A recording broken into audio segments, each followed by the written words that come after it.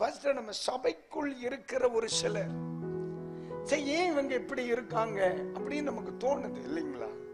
யோசிச்சு பார்த்திருக்கீங்களா? சிலர் இவனையுமா கழுத கத்த ரட்சித்தார், இவனெல்லாம் போற்ற வேண்டியதானே அப்படின்னு சிந்திக்கிறவங்க எல்லாம் சபைக்குள்ளே இருப்பாங்க. நான் அடிக்கடி நினைச்சு சிரிச்சிருக்கேன். என்ன தெரியுமா? அதாவது பேழைய ரொம்ப கவனமா இருக்கணும். உங்க பாஸ்டர் நீங்க பாருங்க, ரொம்ப கவனமா இருந்தா தான் பேழை கடைசி வரைக்கும் போகும். ஏன்னா பேழை எதனால் செய்யப்பட்டது?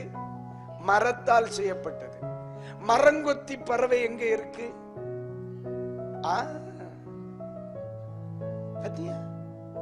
பேழை எதனால் செய்யப்பட்டது? மரத்தால் செய்யப்பட்டது, கீழ் பூசப்பட்டிருக்கு. மரங்கொத்தி பறவை ஃபேமிலி எங்க இருக்கு? உள்ள இருக்கு. அவங்களுக்கு போர் அடிச்சு அவங்க என்ன செய்வாங்க? இவங்கள்ட்ட இருந்து நம்மளை பாதுகாக்கிறது பெரிய விஷயம். அப்போ இவருக்கு கவனம் எப்படி இருக்கணும்? மரங்கொத்தி பறவை மேல எப்போது ஒரு கண் இருக்கு. இவனை கவனமா இருடா, இவனுக்கு போர் அடிக்குதுன்னு சொல்லி எங்கேயாவது சைடு வாக்குல பேருந்து ஓட்டையை போட்டுருவான். இவன் ஓட்டைய போட்டா தண்ணி உள்ள இல்ல. அப்ப நம்ம எவ்வளவு கவனமா இருக்கு. பிரபஞ்சம் எப்ப சபைக்குள்ள வரலாம்னு காத்துட்டுலாம் இருக்கு. உலகம் எப்ப சபைக்குள்ள வரலாம்னு காத்துட்டுலாம் இருக்கு. பாவம் எப்ப தேவ பிள்ளைக்குள்ள வரலாம்னு அது காத்துட்டுலாம் இருக்கு. ஐயா நீங்க தேடி போக வேண்டாம், அது வரட்டுமா மைனின்னு கேக்குது. சரி, உங்க ஊர் எலிக்கு என்ன வேலை? எலி என்ன செய்யும்?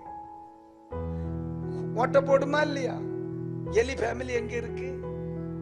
ஐயா இந்த ஏறத்தாழ 250 நாளைக்கு மேல ஆயிட்டு பேழைக்குள்ள வந்து எத்தனை டெலிவரி முடிஞ்சிருக்கும்? உள்ள 2 பேரா உள்ள வந்தா படைசூழ வெளியே வருவாங்கல. இப்ப இந்த எலிக்க வேலை என்ன? எங்க போனாலும் ஓட்டையை போட்டுதான் உள்ள போகும்.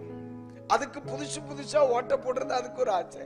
சில ஆட்கள் எலி சுபாவம் உள்ளவர்கள் உண்டு. எந்த கோயில இருந்தாலும் ஓட்டையை போட்டு போயிருவாங்க. அப்ப இவன்கிட்ட இருந்து பேழைய காப்பாத்தணுமா இல்லையா?